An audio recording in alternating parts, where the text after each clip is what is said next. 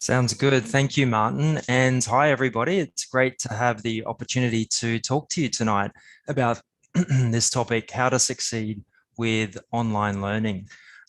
So before we begin, just a quick introduction of myself so you know who you're spending the next 20 minutes or so with. My name is Rob Godby. I'm a lecturer at James Cook University, and my background is in organizational behavior. So I'm a corporate and tertiary educator, a consultant, and also a researcher. I'm doing my PhD in the field of adult learning. You can see some company brands in the middle of your screen right now, and you might recognize some of those. Over the last 25 years, I've spent time working for some of these organizations: Intercontinental Hotels Group, Allianz, Bupa. So long before the pandemic, I worked in regional and remote roles and had lots of experience working with teams, working with bosses, working with students and teachers who were based in different countries to me. So I've had the opportunity to have some really first-hand experience as not only a student and a teacher, but also as an employee in this area of online learning and online working.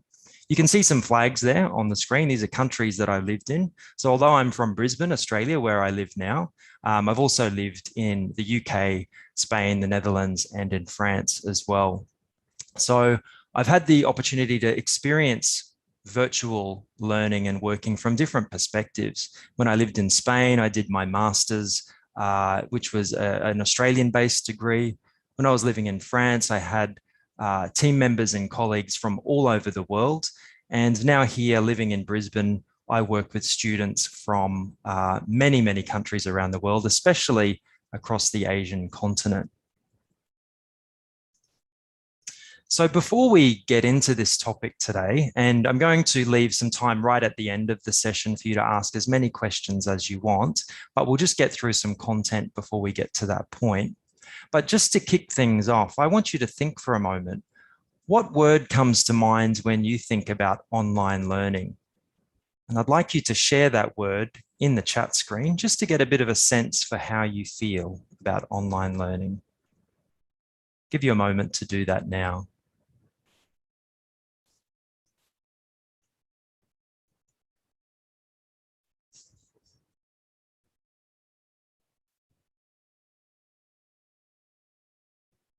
You can see some of those coming through: virtual, exciting, challenging, self-paced.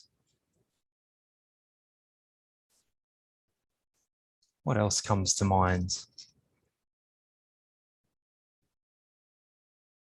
Interactive.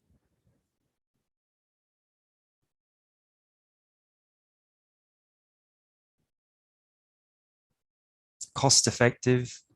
Great. So good to get a bit of a sense from you, time differences, a bit of a sense from you about what your headspace is currently with online learning. Quite often we deal with this topic with a mixture of emotions, sometimes positive, sometimes negative. But regardless of how you feel about online learning, I think it's wonderful that you've made the time to come here today to learn a little bit more about how you can be more successful.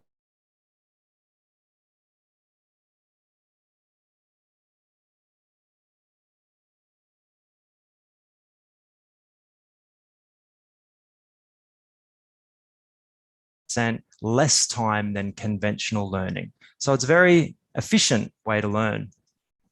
Online learning increases retention, learning retention, that is, by 25 to 60% compared to face-to-face learning, which can be as low as 8 to 10%. So it's showing to be very effective. 220 million students over the last year have had to shift to online learning because of the pandemic. So not only is it efficient and effective, it's also just required. And in a North American study, 41% of students in 2020 believe that their online learning experience was actually superior to their face-to-face learning, which is interesting because online learning has quite often been considered, I guess, the poorer alternative to face-to-face learning. But as we're becoming more experienced in this field, not only as teachers, but also as learners, many people are starting to find this as the better way to learn. So online learning is going to be an even bigger part of our future, whether we're students or professionals. So it's really important that we learn how to learn online. So that's what I'm going to try to help you do over the next 20 minutes or so. So if there's one core message that I would encourage you to remember from today's session, that is effective online learning requires you to be in the driver's seat. It's very much in your hands. See yourself as the driver rather than the passenger. So we're going to explore this topic by navigating this metaphor of the driver through three spaces. Firstly, navigating your physical space, your desk, your chair, the space around you, your digital space, the virtual environment in which you learn. And finally, your headspace, how you feel, how you think about what's happening with your learning experience. So let's take a look. So firstly, your physical space. Recent studies are showing us that there has been an increase in people working from home, and that is resulting in a lot more back problems, for example. People are sitting stationary for longer because of their work and study from home. And that's contributing to an increase in cortisol. Muscles are becoming much more tense, and people are having actually back issues because of that. So physical space is a really important thing to consider as part of a good and healthy online learning experience. So that's where we're going to start. So I'm going to share some tips with you. And some of these may seem quite intuitive, quite simple, but if so, just see it as I guess, a timely reminder of some things that you might want to be considerate of. So the question is, how can you be conscious of your physical space and your what you're doing with your body? And as we go through these tips, I'm actually going to ask you to do a little self-audit of how you're using your body and your space right now as part of this online learning experience for this webinar. So the 3 Ps: posture, positional changes, and proximity. So a couple of questions to ask yourself right now. Are your wrists resting on a surface? If they're not, they should be. Is your back supported, particularly your lower back, maybe a rolled up towel, a small cushion or something like that? And are your feet flat on the ground? If they're not, take a moment to do that. Secondly, positional changes. Because you're sitting still for longer periods of time, learning online or learning from home, it's important to shake it up a little bit, to move and to disrupt that stationary motion. And some very simple ways that you can do that are shoulder circles. So literally 10 circles forward with your shoulders, 10 circles backward. Might be a neck stretch from side to side, bringing your ear on each side to your shoulder. You might get up and do some squats occasionally, or even do some deep breathing. So disrupting sitting still is a really key part of looking after yourself within your physical space. Thirdly, third P is proximity. So you want to make sure your eyes are 3 inches below the top of your screen for a standard PC screen. Or if you're using a laptop, you want to tilt the screen back on that to 120 degrees. And then you want to make sure that your screen is approximately an arm length away. So I'm curious to hear from you a little bit later how your physical space is. And if you've done a little audit now, how many of those tips can you say that you are fulfilling? Really, really important part of managing your physical space is minimizing distractions. And the number one thing that you can do to promote good online learning is to remove your phone from your close proximity. Unless you're using that for your online learning experience for some sort of interactive exercise, you might even put it in a different room. That's probably the number one distraction that can get in the way of online learning. And I'm sure you all know what I'm talking about when I say that. Also, make sure your physical space is set up to fuel yourself. Have water, have your favorite drink of choice, if it's coffee or whatever. You might even have, a little snack or something nearby just to keep yourself fueled. You don't want to be entering an online learning session directly after a big meal because, obviously you're going to be, feeling all your concentration is going to be on your digestion rather than on what you're learning. So again, some simple tips here, but navigating your physical space is a foundational aspect to setting yourself up for a good learning session online. Avoid the bed and the sofa. You might be able to see from that image there, you've got a lady with a cat on her bed and her flat top and her laptop on her lap. I would recommend anytime you enter an online learning session, get away from the bed, get away from the sofa, position yourself somewhere more appropriate so that you're looking after your body, but also you're kind of mentally preparing for what you're about to do. Learning is work, and you need to get yourself in the headspace of work.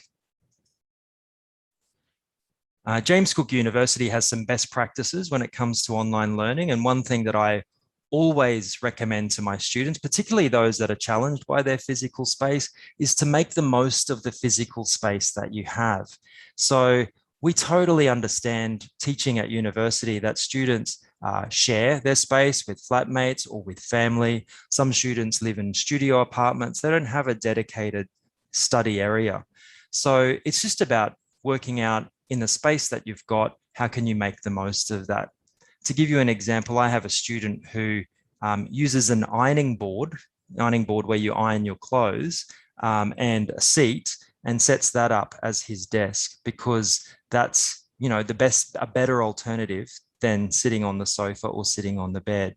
So even if you don't have a dedicated study space, put some concentrated effort into how you might set up a space as best as you possibly can that's dedicated to your study. So a question for you, and I'm going to ask you to answer this by looking at the options in the poll question that's coming up. What is one thing that you would like to improve about your physical study space? Would that be more mindful of your posture? Use a table or desk instead of the sofa or bed? Start doing some stretches during sessions, or place your phone in another room? What would be the number one thing for you? We'll give you a moment to answer that.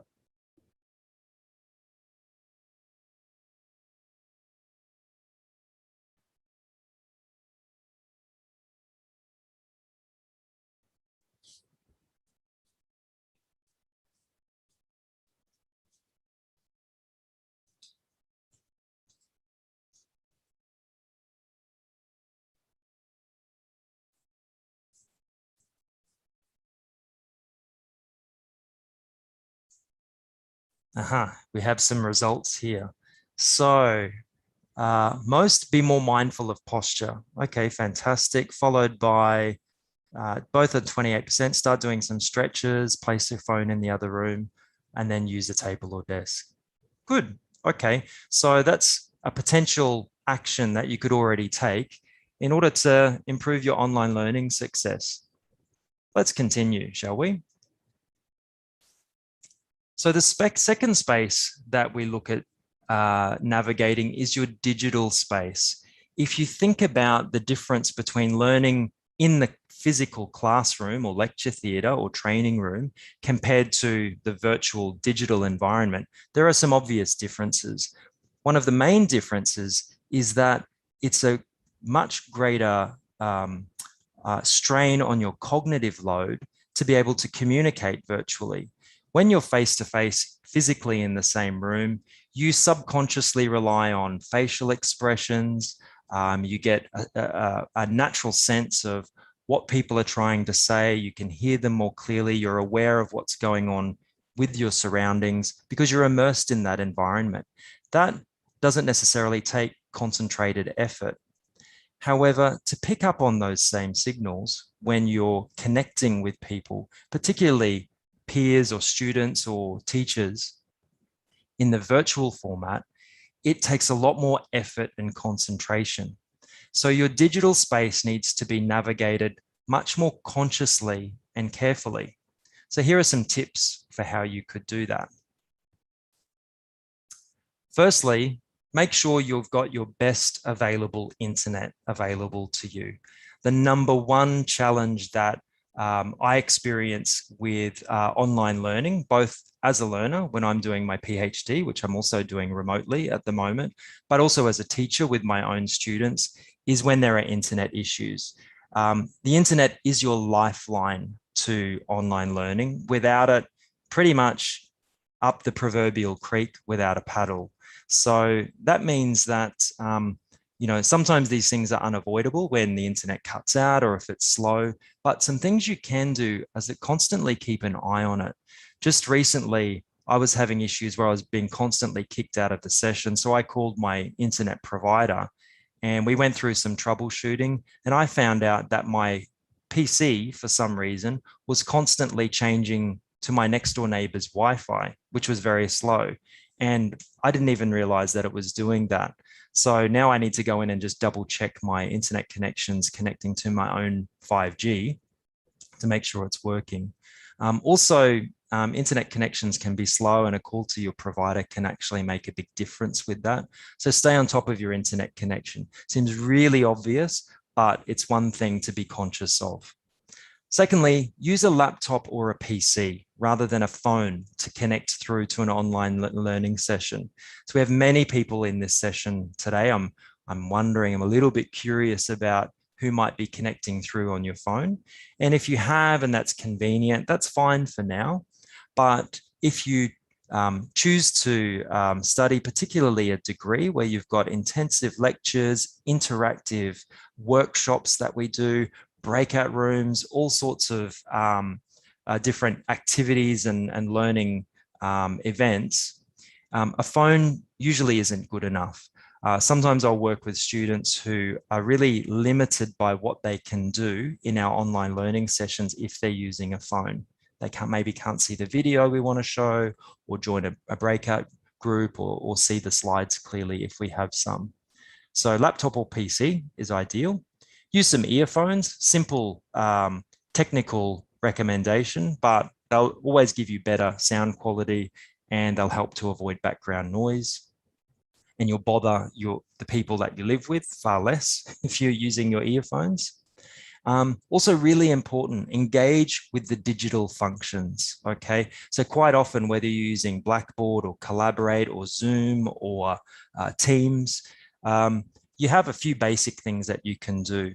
One of them is breakout rooms. So if ever you join a smaller group as part of a breakout room, actively engage with that. This is where you need to be in the driver's seat of your learning. Take the time to use that opportunity to talk to your peers or do the activity or whatever you've been asked to do. Raise your hands, which you can do virtually. Unmute yourself from time to time. Have something to say, share your thoughts, ask a question. And of course, the number one function I think that has really saved us with our online learning over the last year or so has been the chat function. Here you can ask questions, okay? A couple of examples for you. Could you provide an example of that, please, instructor? Where can I find out more about this? How could this topic help with our assessment? So the idea here is by asking questions, you're part of the learning process. You're playing a role in the session that you're part of rather than just watching it go by as an observer. And the chat screen can help you to do that in a very simple way. Or maybe you just want to make some comments using the chat. I agree. That's interesting. Yeah, thanks for that, whatever it might be. Be involved. Be in the driver's seat. Avoid connecting by phone. And another JCU best practice, we encourage all of our students to listen to lecture recordings while walking or commuting or cleaning the house. It's about multitasking, really. One of the wonderful things about online learning that has really emerged over the last year is that we record lectures. In the past, we might not have always done this if everybody is face-to-face in the same room. This gives you a fantastic opportunity to go back and listen again to something that maybe wasn't fully clear for you, or that you'd like to revisit, or that you need to know to prepare for an exam. And do that while you're doing something else, while you're sitting on the bus, while you're walking somewhere, so that you're not losing any time. So, another poll. I'm wondering, what is the one thing you would like to improve about your digital study space? Would you like to use the chat to ask more questions? Would you listen to recorded lectures to revise? Start using earphones maybe, or check that your internet speed is optimal? What would be number one for you? We'll give you a moment to answer.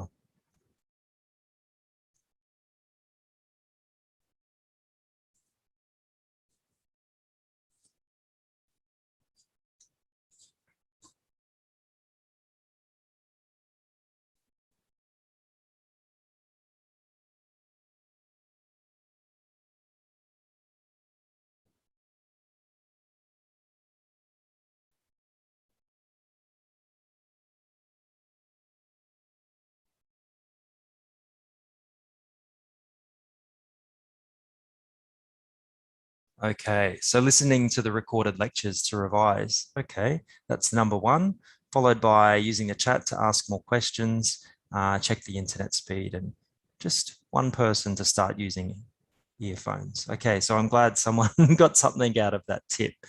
Brilliant. Thank you for that. Let's move on from there. So the final space to navigate is probably the most important one, and that is your headspace. A lot of research has emerged over the last year to indicate that the increase in online learning and online working is leading to some mental health challenges for many people. So we need to be conscious of that and think of what small measures we can take in order to look after our headspace as part of the online learning experience. So let's talk about how. Firstly, what we recommend is to create a ritual for your online learning, okay?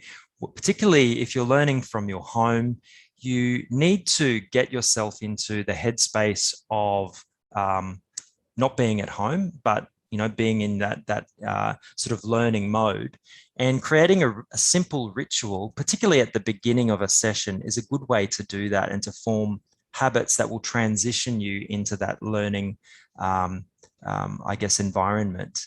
That ritual could be really simple. It might be that you will always log in 5 minutes before, and I'm sure many of you are already doing this, but as a strict rule, always 5 minutes before. You'll always have a cup of tea with you, and you'll always take 5 deep breaths before a session starts to get you into the mode. You create your own ritual, but the idea is that you replace the previous habit and ritual of, traveling to your university, turning up, saying hello to someone, sitting down and getting ready with something else. Choose your mindset. So self-talk is very, very important here. It's easy to tell yourself during an online learning session, particularly at the beginning, well, it's another online learning session. This might be boring, or this is going to be difficult, or the technology is going to be a pain for me today. And quite often, if you're telling yourself those things at the beginning of the session, they're, of course, much more likely to happen if we think about self-fulfilling prophecies. So instead, choose a more positive mindset. Again, it sounds simple, but it's important. Think about, what is it that you might be able to get out of this session that you're about to do? How might it take you one step closer to the completion of this subject? How might it take you one step closer to the completion of your degree? How might it take you one step closer towards the career success that you want? All of this positive thinking is a really important way to prime yourself for the best learning experience that you can have. And again, this is about you putting yourself in the driver's seat of your learning.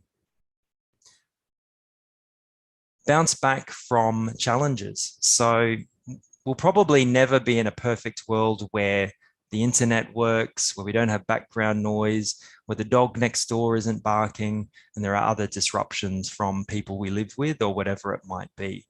These challenges, at least for the moment, are part of the online learning experience, and it's important to acknowledge them, accept them, and bounce back quickly when they occur, and not let them get the better of us. And that takes some patience and some resilience, I must say. And that's a constant challenge for me in terms of my online experience to always try to improve. Also, it's important to show some courage in terms of how you're engaging in your online experience. It might be the case that you feel a bit of communication apprehension about speaking up. If your voice is going to be projected virtually to a whole bunch of other people that are involved in the same session. It's a little bit of social anxiety. That's quite common. I think we all experience that to some extent, but it's important to show courage and to be actively involved in the learning session that you're part of. And sometimes that's having the guts to take yourself off mute and to jump in with a question, even if you feel a bit nervous about doing that. And finally, make it fun. Okay, just because we're connecting online doesn't mean we, can't share any jokes. You can use the chat screen to do that. I'm teaching one group at the moment, and just so happens we have a couple of sort of funny people in the group, and really you can see that it really contributes to a much more positive and fun atmosphere. And I can tell you that from my experience as a learning professional, that the most effective learning experiences are those that are memorable. And memorable learning experiences are usually those that are associated with positive emotions. So, make it positive, make it fun in whatever way you might need to be able to do that. Something to avoid, that is being a passenger in your learning experience. And that ties back to our core message from today. You don't want to be dragged through an online learning session by your instructor or your lecturer. Okay, instead, you want to be up and running beside them and a partner through that learning process. Ultimately, this is your return on your investment. You're putting a lot of time, effort, money, and commitment and energy into a degree or whatever it is you might be studying.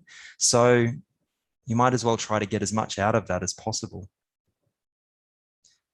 JCU best practice that we recommend to our students is a simple 5-minute reflection after every online learning session that you do, and to make some notes to go with that. Asking yourself, well, what have I learned in this session? What stood out for me? What do I need to know more about? And what do I never want to forget? So, question for you. What is one thing you would like to improve about your headspace, about navigating that? Is it to become more actively involved? Is it to take 5 minutes before the lecture to prepare your mind, body, and space? Reflect after the session, or be more calm when I have technical difficulties? What's number one for you?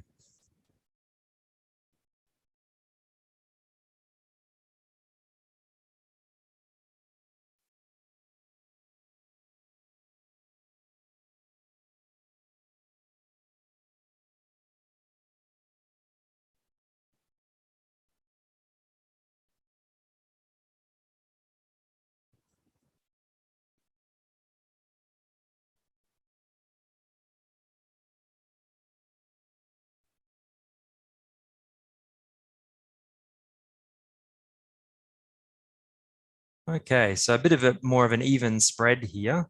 About a third to be more actively involved, about a third to reflect after the session. Interesting to see those results. Good. So there's no right or wrong answer, of course, with these polls. They're just to trigger what might be a priority for you personally. So what we've done is have a look at these 3 areas. As I said before, they're things that you already know, but this is a timely reminder to be more conscious of them. We need to constantly keep ourselves in check. we've got some recommendations for actions that you can take, and we're going to cut and paste those into the chat screen so that you can connect to these links. And these links give you a bit of further reading on this topic, and even a link there to check your internet speed if you would like to do that. So we won't go through those details now, just being conscious of the time that we have left, but you can copy and paste that from the chat before you leave today.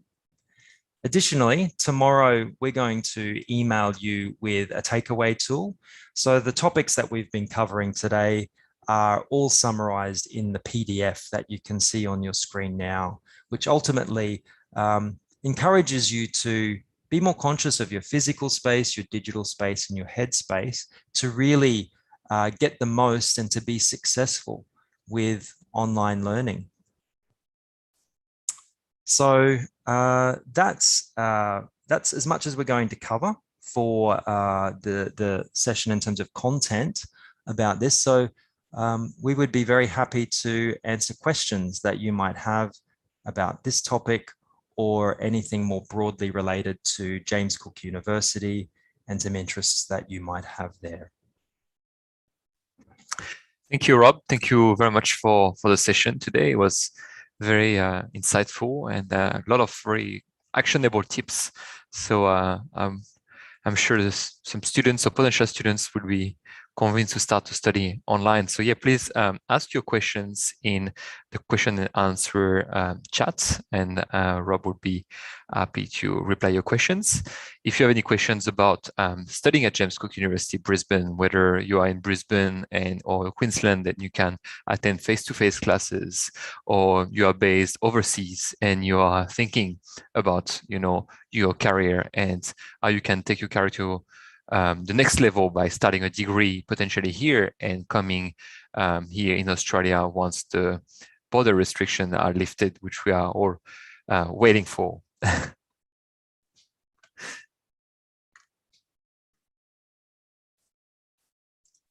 Any questions in the chat? So who is currently studying online?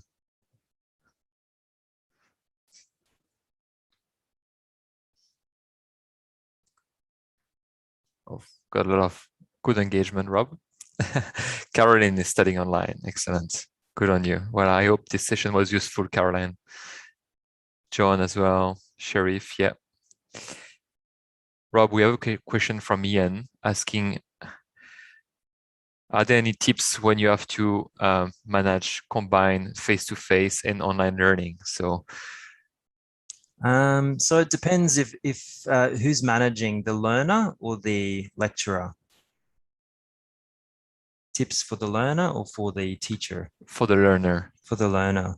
Well, I think it depends if you're in the classroom or if you're one of the students that are joining virtually.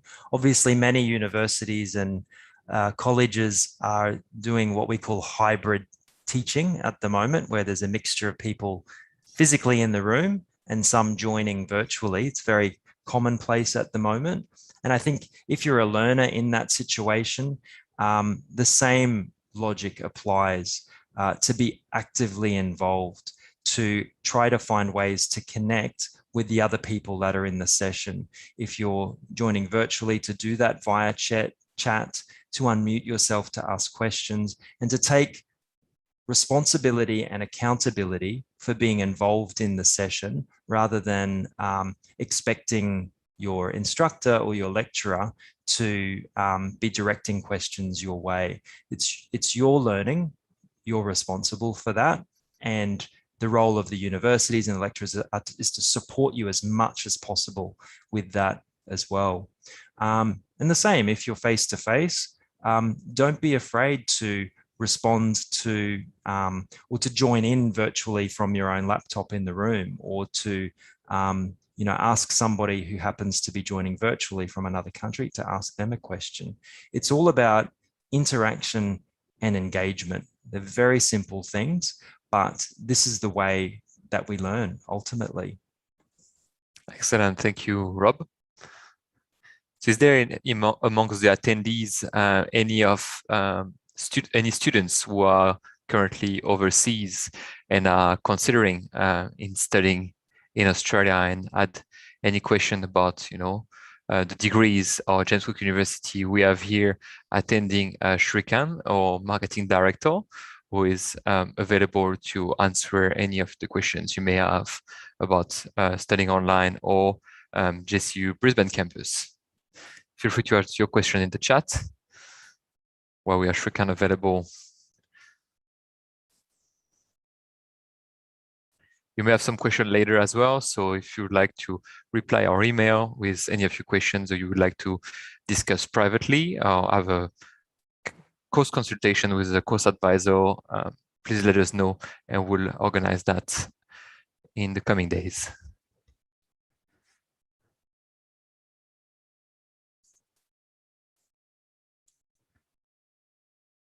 So Rob, is there a preferred time to study for you? Because you mentioned that you are currently studying a PhD, and is that a preferred time of the day where your brains function better, where you are more in the mindset for online study? There is actually, and this is a very personal thing, really. It depends on who you are, but for me, it's early morning. So from 6 a.m. until about 11 a.m. That's when my brain works best, basically. And that's when I can go deep into data or into literature. So I always do my best work early in the mornings. Having said that, my PhD supervisor is kind of the opposite. He likes to work late in the evening. So sometimes we need to find a bit of a compromise there when we need to do some work together. But it's mainly me doing all the work, actually. He just does the checking. Yeah, so that's what works for me. Yeah, Caroline said that sometimes during hybrid classes with online, you're sort of not able to fully engage, and speaking to the microphone feels like a distraction if you raise and you are not recognized. Yes, I understand that could be a bit frustrating, Caroline, but you have always possibility to message your lecturer directly, and they always get back to you. Well, at least in JCU, that's the way we do, and students have actually provided very good feedback about their lecture. But I understand that it could be a bit frustrating. You have to consider as well that cannot always disrupt the session. So the end of the session is always a good time. And I would add to that, never feel like you might be a distraction by adding a comment or asking a question. I think it's quite normal to feel that way because you feel like you might be interrupting, or you're kind of not physically in the room. So it's a bit unnatural to do that, but never feel like you are a disruption. Your educators are there to support you and answer your questions. And generally, and I think I speak for many lecturers that work in universities, not just ours, we want your questions. We want your involvement in those sessions. And we would, I would always encourage that involvement. Thank you, Rob. We have a question from Nick, who's asking, how often do you take breaks when studying at home? Or is there what do you recommend? This is an interesting question, actually, because it depends. I think in the times where I have had my phone near me while I've been studying, I'll look at it every couple of minutes. It's such an incredible mental distraction, to the point that it renders me really unproductive when I'm trying to study. So one of the best things that I've ever done is make the decision to put my mobile phone out of the room, because otherwise I have too many breaks. But otherwise, I would say I get up at least every 25 minutes or so, between 20 and 30 minutes. I have to physically get up and move away from my desk, even if it's just for a couple of minutes. Get a drink of water, come back, and then I'll have longer breaks every couple of hours. But it's good for from an ergonomic perspective, it's really important that you move your body, you're stretching, you're standing up, particularly around your neck and your shoulders, as well as having a mental break as well. Great, thanks for that, Rob. We have questions as well about, so what degrees do we offer at JCU and online? And this is for Shrikan, I believe, and what kind of support service we offer to students? Thank you, Martin, and hello to everyone. Rob, what a fabulous presentation that was. Excellent. So we are offering all the programs online, and literally every program being delivered at JCU Brisbane is available online at the moment. We do have a virtual learning kit, which we are supplying to our students, especially the ones who are stuck offshore. So it enables you to actually purchase a faster internet connection or a pair of headsets or earphones if you need to enhance your learning experience. So we are sort of going out of the way to ensure that your learning experience is the best, as best as it could be. We are mindful in certain countries the internet connection is not that great, and this is where we try and help you. So we would strongly encourage you, especially the ones who are currently online studying with us, to reach out to us if you're facing any such challenges in your market, in your country, and we'll be more than happy to assist you by supplying some sort of equipment or a faster internet connection completely on us. So feel free to write to me. I'll put my email address on the chat box so you have access to me. Thank you, Shrikan. We have Maria asking if students online require also IELTS or official English exam to enter in programs at James Cook. Yes, we would, because as a matter of fact, the entry requirement for all our programs hasn't changed. Although it's being delivered online, we would need you to have an IELTS scorecard and meet the IELTS or English entry requirements. So yes. Thank you, Shrikan. Maybe a question for you, Rob. Do you recommend getting a personal printer to minimize the screen time and preserve the eyes during studying, during long period of online studies? Yeah, I think that's a personal choice, actually. I don't have a printer at home. And sometimes I do feel that it would be good to break things up to, get my highlighter out and to look through documents that are in paper. So maybe that's something that I can consider, but I do think it's a personal choice. I know Ian, who's in this session tonight, who's a lecturer at JCU, prints a lot of stuff and likes and prefers to look at documents in paper, and for good reason. That's helps Ian to sort of digest the information more easily. It probably is better for eye health, but I think do what works for you. I think a combination of things is always good, and if it gives your eyes a break and you have a printer and it's not costing you too much, then why not? Fantastic. Thank you so much. We can maybe take one more questions, if any. Otherwise, tomorrow we'll follow up with an email and share Rob's contact details and Shrikan's contact details if you have any question about the program. We will also send out a survey about today's session. We really, really appreciate if you can dedicate 1 minute just to reply and provide us with some feedback. It's very important for us. We are planning to organize those webinar type sessions on an ongoing basis, and we are always eager, to hear what you think and take in consideration your feedback to make those sessions better and better. So thanks for that. No more questions. Rob, I think we had also another question for the attendees today, which was about a topic for the next webinar. So which of these topics would you entice you for a future JCU webinar? Would that be 1, internet security, 2, building self-esteem for career success, or 3, tips for negotiating? If you can respond by 1, 2, or 3 in the chat, that will give us an idea for an upcoming topic.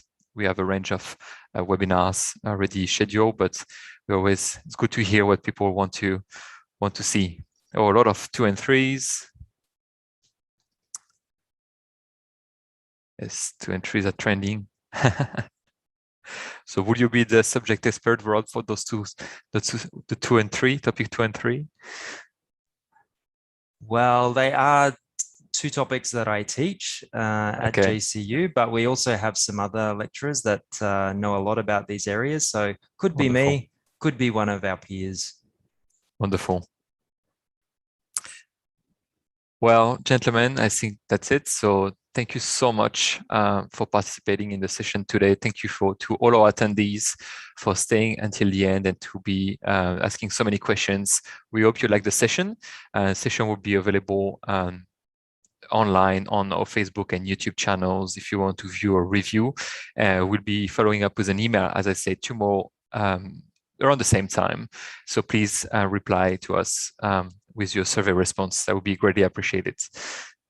Thank you, gentlemen. Rob and Shrikant, thank you for attending. A pleasure. Thanks to everybody for joining, and really wishing you lots of success with your online learning journey. All the best. Best of luck. Thank you, gentlemen. Yes. Bye-bye. Thank you to all. Bye-bye.